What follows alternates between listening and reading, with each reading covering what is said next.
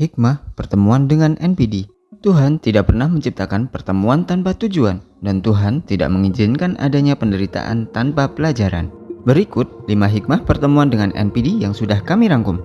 Pertama, kamu ada sebagai peringatan bagi NPD, sedangkan NPD didatangkan sebagai ujian bagimu. Ada satu hal unik yang pernah saya alami, yaitu momen di mana NPD terkejut, bengong, dan bingung. Karena melihat dengan mata kepalanya sendiri, ada seseorang yang tahu segala motif dan perilakunya.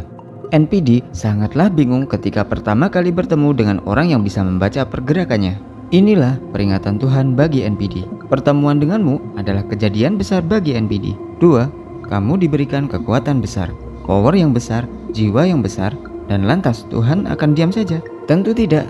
Ketika kita dipertemukan dengan NPD, artinya kita bisa mengukur seberapa besar kapasitas yang Tuhan limpahkan kepada kita. Andai orang lain yang menghadapi NPD, saya yakin kebanyakan orang akan menjadi gila, depresi, atau bahkan bunuh diri. 3. Kita diperlihatkan contoh langsung orang yang melampaui batas. Sebagai korban, kalian pasti paham sedahsyat apa sakit hati kita saat melawan NPD. NPD adalah manifestasi orang yang hanya mengikuti nafsu dan egonya saja. Kita bisa mengambil pelajaran dari mereka. Seandainya kita melakukan hal yang serupa, kita tentu tahu dampak yang ditimbulkannya. Disinilah momen kita belajar banyak sebagai bahan introspeksi diri.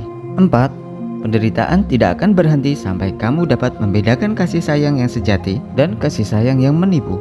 Saat kamu sadar hal ini, kasih sayang Tuhan serasa begitu besar. Tuhan tidak pernah langsung menghukummu ketika kita berbuat salah, sedangkan NPD akan menghukummu meskipun kamu tidak berbuat salah. Dan yang kelima, menggapai sudut pandang Tuhan. Dalam Islam, segala sesuatu diciptakan berpasang-pasangan. Ada hak dan batil, ada baik dan buruk. Disinilah hikmah besar tersingkap mengapa kita dipertemukan dengan NPD. Jika kita lihat lebih jauh masa lalu NPD, kita akan tahu seberapa berat masa kritis yang sudah ia lewati di usia dini. Entah ujian berat, mungkin kesalahan pola asuh, ataupun pengabaian luar biasa, di mana hal ini bisa menciptakan sosok NPD. Dan inilah pengaturan alam semesta. Mereka hadir sebagai ujian dan pembelajaran bagi kita. Kadang, Tuhan membiarkan kita dicintai oleh orang yang tidak mampu mencintai, agar kita belajar arti cinta yang tidak memerlukan pembuktian. Kadang, Tuhan membiarkan kita diremehkan, agar kita belajar memuliakan diri sendiri. Dan kadang, Tuhan membiarkan kita ditinggalkan, agar kita sadar kita tidak pernah benar-benar sendiri. Dalam perspektif ilahi, hubungan dengan NPD adalah ujian tentang iman, bahwa ada segelintir orang yang hidup hanya untuk memenuhi hawa nafsu dan egonya saja.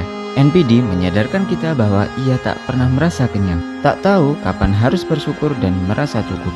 Bahkan, NPD yang saya hadapi pernah berkata, ia tidak menyesal seandainya ia berada di neraka. Inilah jiwa mereka sebenarnya. Dan di akhir cerita, NPD bukanlah iblis. Kita mungkin merasakan pesakitan luar biasa.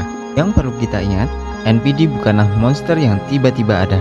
Di awal terciptanya NPD, selalu ada cerita tragis di dalamnya. Dia terlahir dari ketiadaan cinta dan pelukan di usia muda.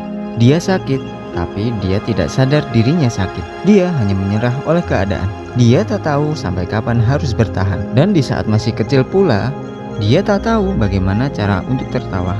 Dan disinilah cerita pertemuan NPD berakhir. Tak ada rasa dendam, tak ada rasa marah.